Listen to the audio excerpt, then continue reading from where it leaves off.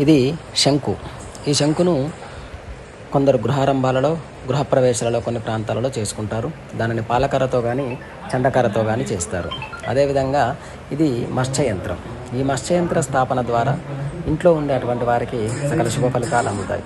ఏదైనా వాస్తు నిర్మాణంలో, ఇంటి నిర్మాణంలో వాస్తు దోషాలున్నా, ముహూర్త దోషాలున్నా, గణిత దోషాలున్నా, ఆయాది గణితం గనక ఆ ఇంటికి కట్టనట్లయితే, అంటే కొంతమంది బిల్డర్ల దగ్గర ఇండ్లు తీసుకుంటారు.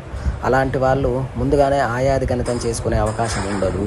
అలాంటి ఆయాది గణితం చేసుకునేటువంటి అవకాశం లేనివారు ఈ యొక్క యంత్రస్థాపన, ఈ యొక్క శంకుస్థాపన చేసుకోవటం వల్ల వారికి సకల శుభ ఫలితాలు, ఆయాది గణిత దోషాలు, దానికి సంబంధించినటువంటి ఏ దోషాలున్నా కూడా పరిహరింపజేస్తుంది ఈ శంకు, ఈ యొక్క మత్స్య యంత్రం.